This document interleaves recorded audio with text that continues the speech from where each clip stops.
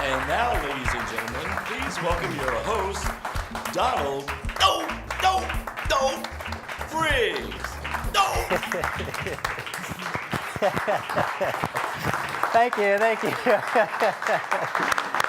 Thank you so much. I appreciate it. I am Donald Briggs, and this is Tomorrow's Thespians.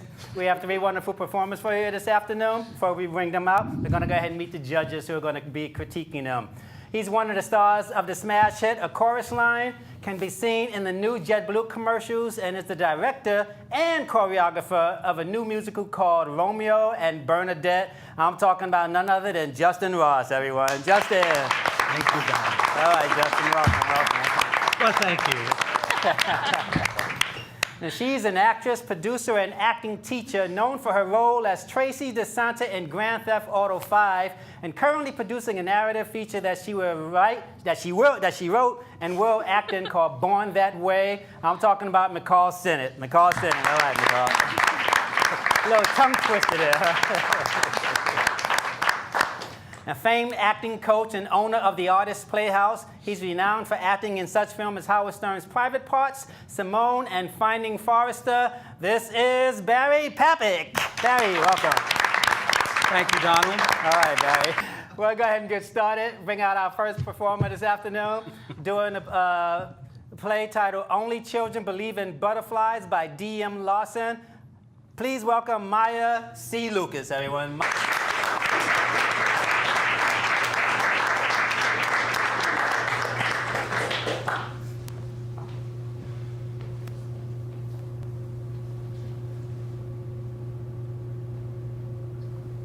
Only children believe in butterflies. Adults know or learn that life is full of moths, caterpillars, and worms. When I'm alone, fear sets in. And I wonder if I really want to be alone. Maybe their visits comfort me.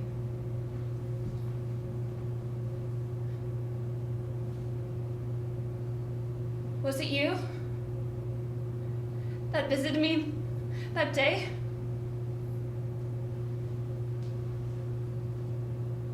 And if you're still here, then why do I feel so alone?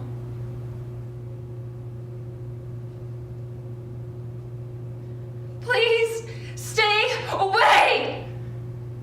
You won't visit me while you're here. Please go!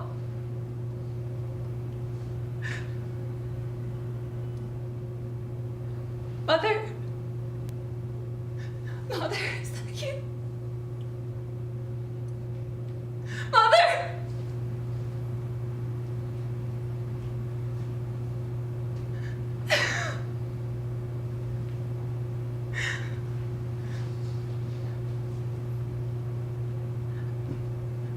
I'm so sorry. I'm so sorry. There's usually no one around to listen. At least no one who's willing to bend.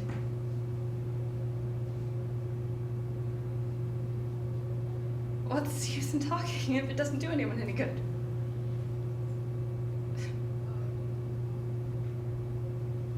Do you believe in the afterlife? Like heaven, angels, pearly gates? I think it's a lot simpler than that. I think maybe we all end up a part of a greater whole, like a tiny molecule that's part of a greater being or a little star, part of the vast universe.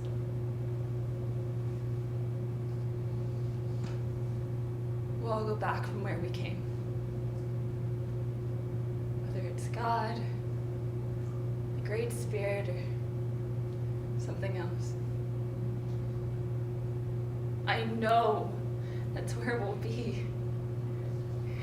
Everything around me seems to point to the same conclusion. Ashes to ashes, dust to dust. Where we begin is where we end. We get life from the earth when we eat, and we give life to the earth when we die. The start is the finish. The rain that feeds the river comes from the sea. To each beginning, there is a definable end.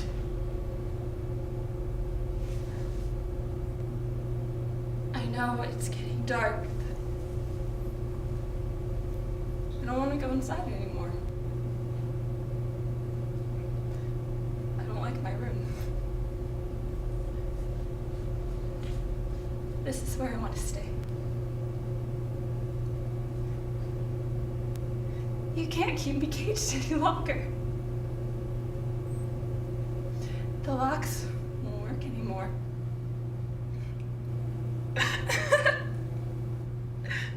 Did you know?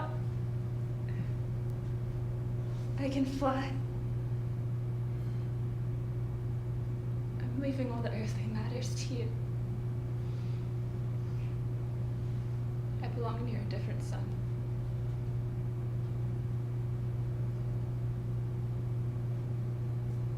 Thank you.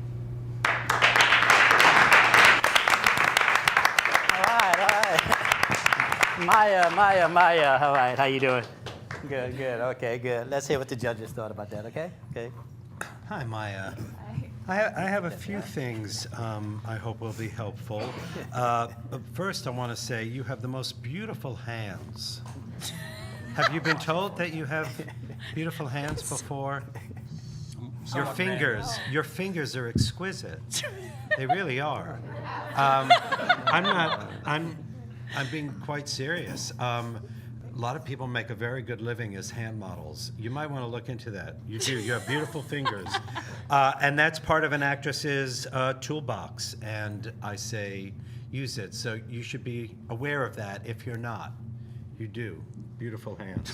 I thought that, you have to be so careful when you're in this medium as an actor. I could not understand you more than half the time because you were keeping your conversation with this person you were speaking to very private and very personal. And I get that, but again, it's a technical note. You have to learn how to create that intimacy with another character on stage. But still know how to train your voice so that they can hear you in the back row and still think that you're speaking in a whisper. If this was an audition for people in a room 4x4, as they are sometimes, speaking at that level might be okay, but not on a stage. Also, when you drop the blanket, I was expecting you to be in some sort of, either pajamas or a nightgown or something. So I got confused. And that's another personal choice that actors make for an audition. Some don't bring any props and some go all the way. But it took me out of the piece when you suddenly revealed that you were in very, modern, contemporary garb, like you were going for brunch. And also just, there was a disconnectedness with the character. I felt that you'd done homework on it. You clearly have invested yourself in the piece, but it was all very much an idea as opposed to seeing this character actually living. I disagree with Justin to a certain extent. I feel like I liked a lot of what you were doing. I feel like there were times when I felt like you were pushing. I think this is an incredibly challenging piece. So trust your emotions and don't push, because there were moments when I felt like you were pushing the emotion, like you felt like, okay, I'm supposed to cry here, or you wanted to get to a certain point emotionally and it wasn't completely there. I mean, it was there to a certain extent. I felt that you were emotionally full, but if you're not there, you're not there. Don't push it, because we see it and we know if you're pushing it. The monologue down at the bottom where it's like, do you believe in an afterlife? I feel like that part is really wrapped up in her truth. There's something about those lines that makes all of this okay, because she's going to go to this place where she's going to be dust, and she's going to be part of something bigger. So I wanted to see more conviction there. I wanted to see that even though everything sucks right now, that it's going to be okay, because this is what we're going to get to. So I needed that to mean more in a way. Yeah, but good. Yeah, I thought that your work was very good. There wasn't much that I couldn't hear, so I didn't have a problem with that. I could hear you too. Yeah. 1% of the truth is better than 100% of the not truth. So be really careful not to push, because we lose interest when we don't believe you. And there was a couple moments that you really tried to push for emotion, and then there were a couple moments that the emotion was pure and really wonderful. And I'd rather see those subtle moments than trying to go for something that's not there. I think the piece itself needs more colors. And I think that if you really stop and take a look at it, you can see the places where you can really build up and really see the places where you could really take more risks. But I thought that, I thought it was really nice work. You're young, and I think that's a wonderful thing that, that you're doing this at such a young age, and you're really working hard. You have beautiful hands, and I thought that the work was really nice, and I think that you can take more risks. Be brave. Maya C. Lucas, everybody.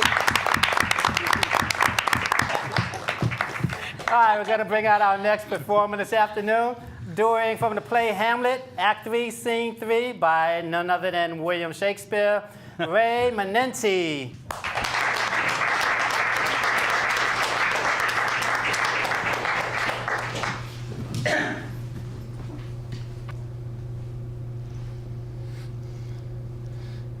My offense is rank. It smells to heaven. It hath the primal eldest cursed upon. A brother's murder. Pray can I not, though inclination be as sharp as will. My stronger guilt defeats my strong intent. And like a man to double business bound, I stand in pause where I shall first begin in both neglect. What if this cursed hand be thicker than itself with brother's blood? Is there not rain enough in the sweet heavens to wash it white as snow? And where too serves mercy but to confront the visage of offense? And what's in prayer but this twofold force to be forestalled ere we come to fall, or pardon being down? Then I'll look up. My fault is past. But what form of prayer can serve my turn? Forgive me my foul murder? That cannot be, since I am still possessed of those effects for which I did the murder. My crown, mine own ambition, and my queen. May one be pardoned and retain the offense? In the corrupted currents of this world, offense's gilded hand may shove by justice, and oft is seen the wicked prize itself buys out the law. But 'tis not so above. There is no shuffling. There the action lies in his true nature, and we ourselves compelled, even to the teeth and forehead of our faults, to give in evidence. What then? What rests? Try what repentance can, what can it not? Yet, what can it when one cannot repent?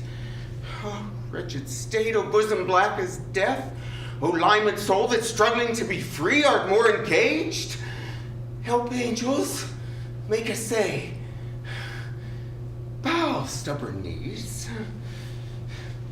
Heart with strings of steel, be soft as sinners of the newborn babe. Oh, maybe will.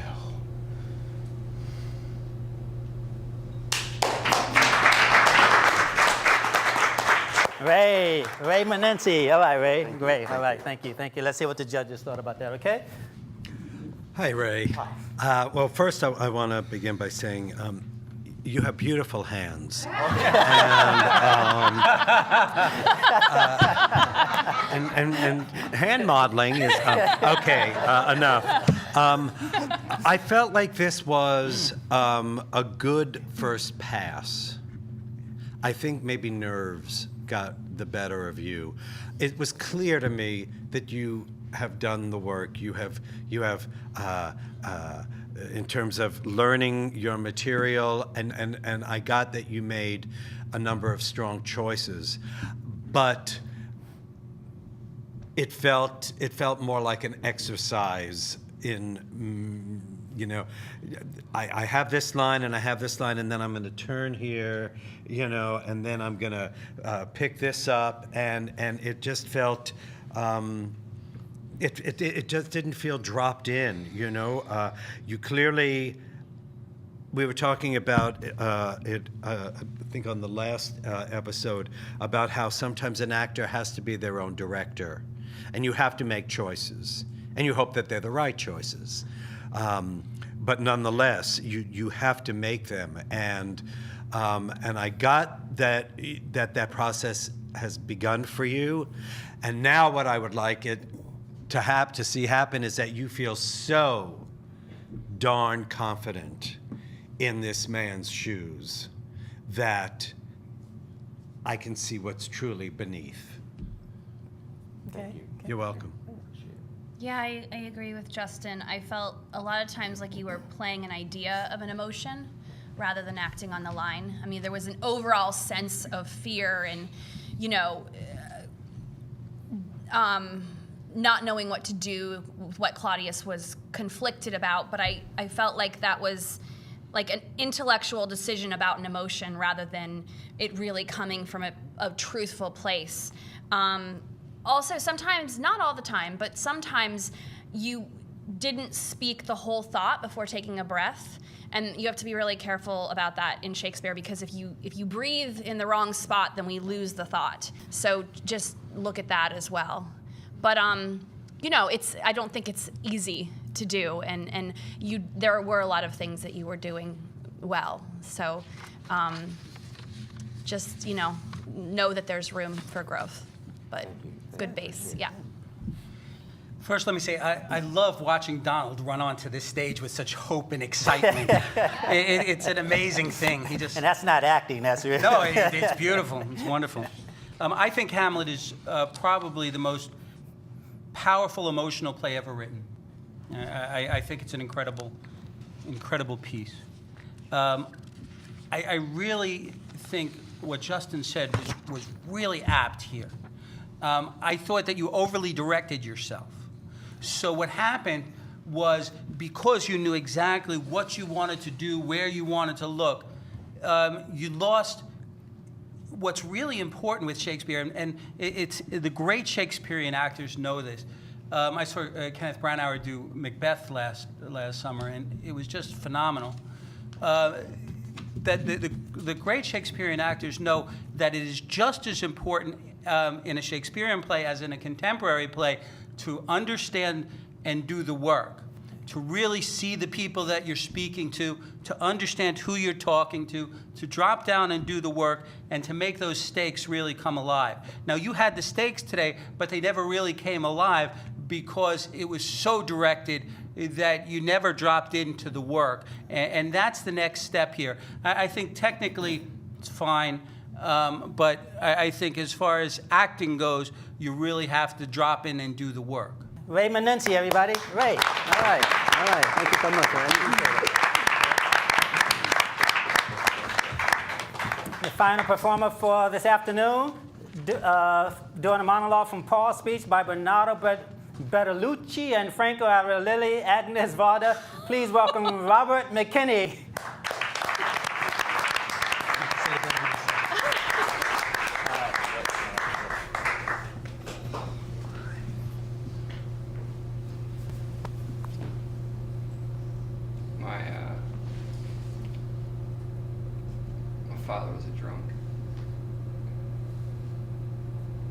tough.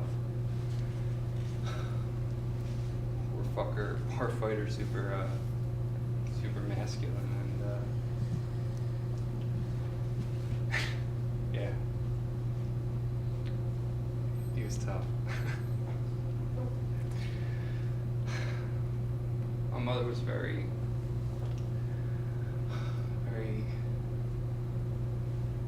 poetic, and also a drunk. One of my memories from when I was a kid was of her being arrested nude. We lived in this small town, little farming community. We lived on a farm. I'd come in from school and she'd be gone or in jail, something. I used to have to milk a cow every morning and every night, and I liked that. It was. I remember one time I was getting all dressed up to go and take this girl out to a basketball game, and I walked out towards the door. And my father said, "You have to milk the cow," and so I asked him. I said, "Would you please milk it for me?" He said, "No, get your ass out there." And so, anyway, I was in a rush. I didn't have time to change my shoes. I got cow shit all over my shoes. On the way to the basketball game, it smelled in the car.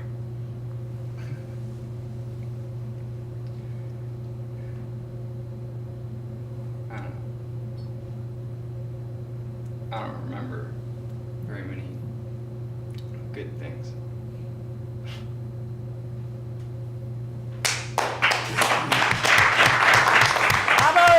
Robert McKinney. All right. Thank you, Robert. Appreciate it. Let's find out what the judges thought of that, okay? All right. Justin. Well, Robert, I loved your work. I think you're a very honest actor, and it was a pleasure to see you work. But could you hear him now? I mean, you know, the last actor, you know, I was the only one that couldn't hear, evidently, and I was okay with that, you know. I mean, I know I'm the elder statesman on the panel, and you know, as Betty Davis said, growing old ain't for sissies, and losing your hearing is a part of that. I couldn't hear him either. But yeah, you know, you really cheated yourself from Only that. in moments, not the whole thing. That's absolutely correct.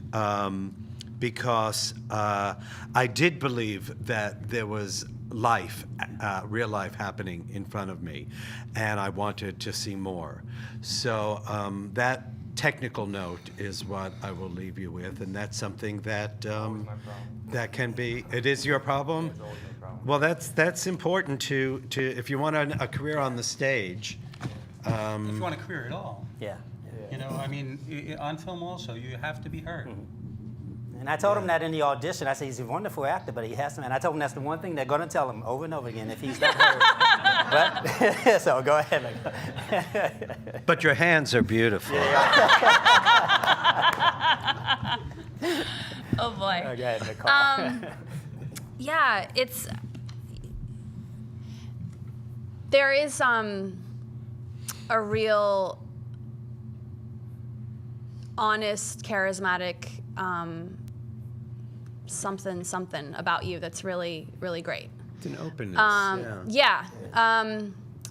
I do think that you do yourself a disservice by competing with Marlon Brando. No one can compete with Marlon Brando, you know. So I mean, if this was a play, it'd be different, but it's not. It's a movie that we only think of him in the role. So try to find a piece. You don't want to be in his shadow. You don't need to be in his shadow. You're you, and you have something special to offer that he doesn't have. This piece, let me just say, to me, Last Tango in Paris is the greatest acting performance ever. And this monologue is the greatest acting performance in Last Tango in Paris. So what you chose was something, that was an incredibly tough thing to bite off. Brando, he was our greatest living actor, and just in my opinion. It's funny that you should mention his hands because you put them in your pocket, and you still are. And when you put your hands in your pocket, you cut off your emotion. This piece is, if you watch the film, if you see Brando, it's the fullest piece in the film. I mean, it's incredibly, it's incredibly full, and it's such a beautiful piece. Don't laugh off your emotion. You tend to do that. It's a terrible thing for an actor to do, because what it does is, you see, if you choose to laugh at an emotion, that's fine. But what you do is you laugh off your emotion, so when you get full, you laugh because it's a safe place to go. And we want to stay away from safe places to go. And by the way, it's great that you chose Brando, because, or a piece that Brando did, because Brando never went to a safe place, ever. The great thing about watching him is that anything he did, he took a huge risk, but he always took that risk. And what happened was, when you got full, you started to laugh it off. Those little moments are death to an actor, because you do have a wonderful instrument, and you are interesting to watch. So I want to see you fully drop in and fully go there, and not shortchange us. I felt shortchanged today. And this is Robert McKinney. Thank you, Robert.